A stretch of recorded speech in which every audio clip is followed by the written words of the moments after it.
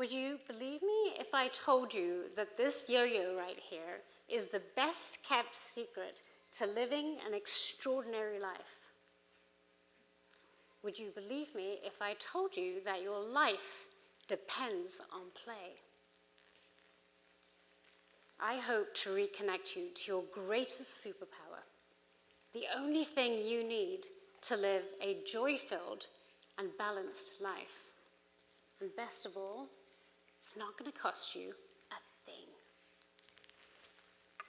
Let's start at the beginning. This is my view most days, and what seems like a fairly innocuous place for just toying around is actually a sacred space for life's first rite of passage, an inaugural apprenticeship for shaping a force so powerful that it can save your life, a force known as play, your greatest superpower. Quite simply, well, what is play? Play is an exploration of possibilities. If I do X, Y happens. An exploration of possibilities, contingencies. Quite simply, play is what we do when we're low stakes and exploring the world. A self-directed, intrinsically motivated activity that involves joyful discovery. Pure play is low stakes and has no external goals other than joyful discovery. Imagine that, playing with no winners and no prizes. If you look on your tables right now, you'll find a bag full of some toys that might remind you of your childhood. We'll come back to these, but while I share more, I encourage you to fidget, create, and play. Play is part of our evolutionary heritage. We see it across the animal kingdom. It features in Darwin's theory of sexual selection, where, like for many species, it serves a very practical purpose: survival of the playfully fit. Play is where we learn about the rules of the game of life, what we can and cannot do. Puppies playing are a great example of this. Low-stakes discovery, where we can explore the parameters of real and imaginary life. And so, with bendy brains and beady eyes, play is where kids find flow, a feeling of transcendence when mind, body, soul, and spirit gloriously merge, where time and space are eclipsed, and when kids can be fully present, immersed in exploration, imagination, and experimentation. You might remember a moment of feeling of flow from when you were a kid, playing. Do you remember where you were? Who you were with? Do you remember what you were doing? Perhaps you were slaying a dragon or building a box fort. It's been a while, right? But wait, why has it been a while? Especially when we're all hardwired to play, irregardless of our age. Late neuroscientist, psychologist, and rat tickler, Jaak Panksepp, suggested that play is one of 7 innate emotional systems in our midbrain, the same parts of our brain we use to eat, sleep, or have sex. His research found that as rats are playing or anticipating playing, they make a very distinctive sound called laughter. Panksepp believed that play does glorious things to our brain. It initiates lasting change in our cognitive and social brains. It reduces our stress hormone cortisol. It increases the neural connections in our brain, and it improves our brain's plasticity. So bottom line, like rats, the more we play, the happier, smarter, and more relaxed we are. It's no surprise then that it is in play that kids learn best. Russian psychologist Vygotsky recognized that kids are actively learning when engaged in hands-on activities like building blocks or sandcastles. With gentle, guided encouragement, learning, he argued, was cumulative and layered, with each new piece of knowledge building on the previous. He described this iterative and incremental process as scaffolding, and we see it across the museum floor every day when our educators and caregivers encourage children to move beyond their comfort zone. That's enough science for now, but ultimately, anecdotal neuroscience and behavioral research confirm that play, learning, and flow are all related. Here's someone that's really good at all three. Meet Momo. Momo and his family visit our museum about 3 times a week. And in the spirit of experimentation, we attached a GoPro to Momo to view the world through his eyes. We were able to watch Momo engage in all kinds of different play, physical play, imaginative play, social play. And what we noticed is that play is a deeply visceral activity for Momo.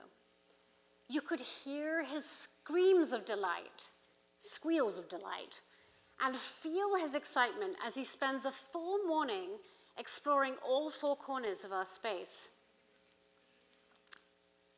It is in play that Momo is learning more about himself, the world around him, and others. And whether it be with his mom or self-directed, he's building adaptive pathways while exploring contingencies such as, if I do X, what happens to Y? He's also developing cognitive, social, and emotional fluencies that are core to his development. And as he interacts with the exhibits, he's building fluencies such as spatial awareness, symbolic language, sorting and classification, and sequence and correspondence. In a state of play, his adrenaline and stress levels are low, but his brain is producing endorphins, the hormone responsible for our feelings of pleasure.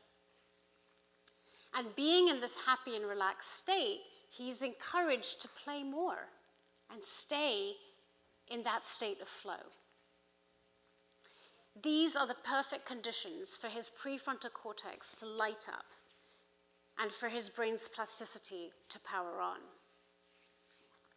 His learning is not exclusively brain-bound either. While playing, he's able to learn to trust his intuition, use his senses, and flex his subconscious. It is in this state of flow that Momo becomes fully alive and consider the possibilities.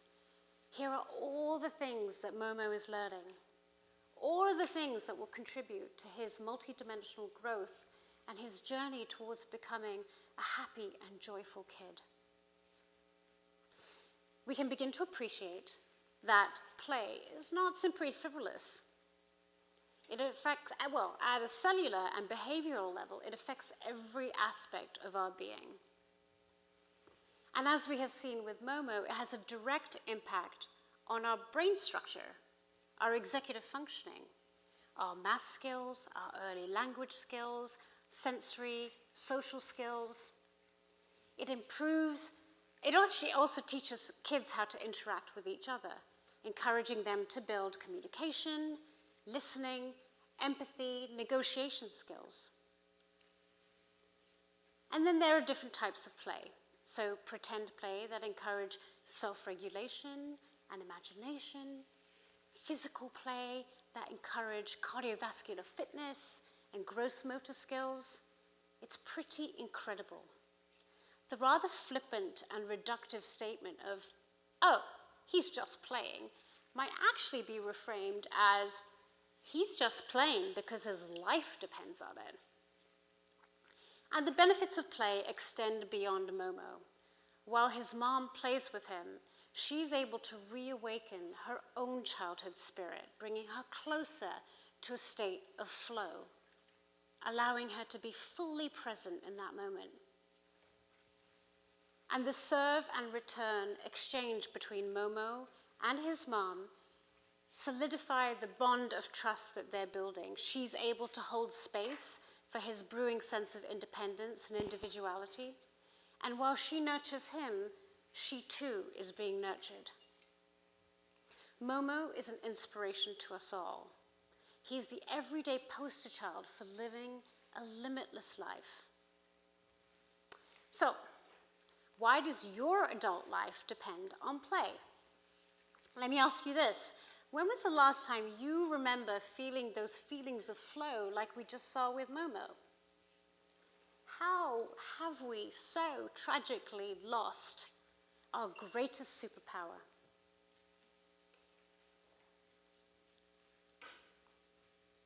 We have floundered and failed, caught up in a culture of consumerism.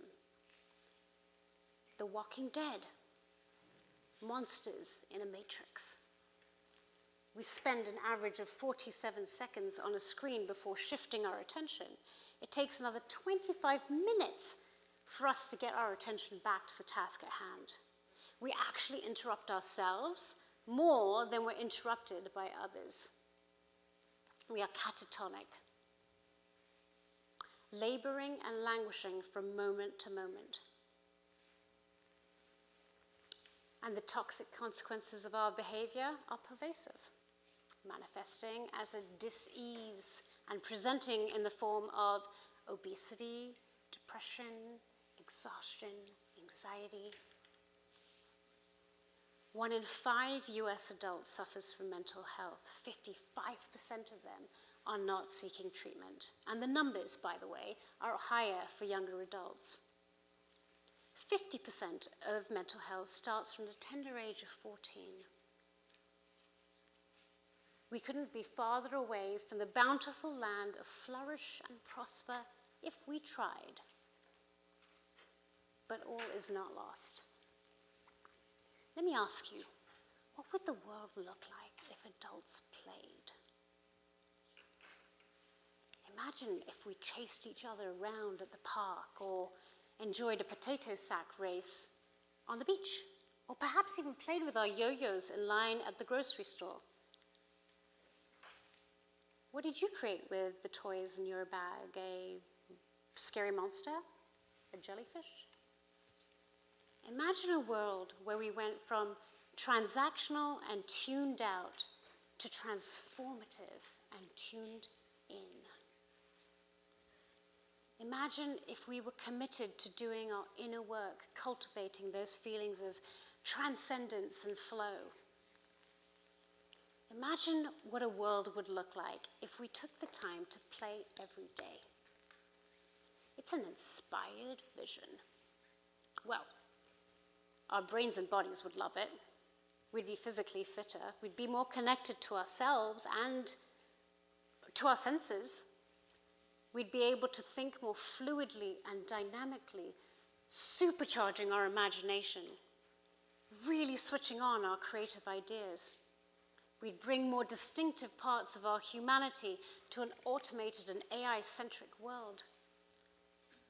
We'd be more connected to our loved ones, our friends, our family, our environment.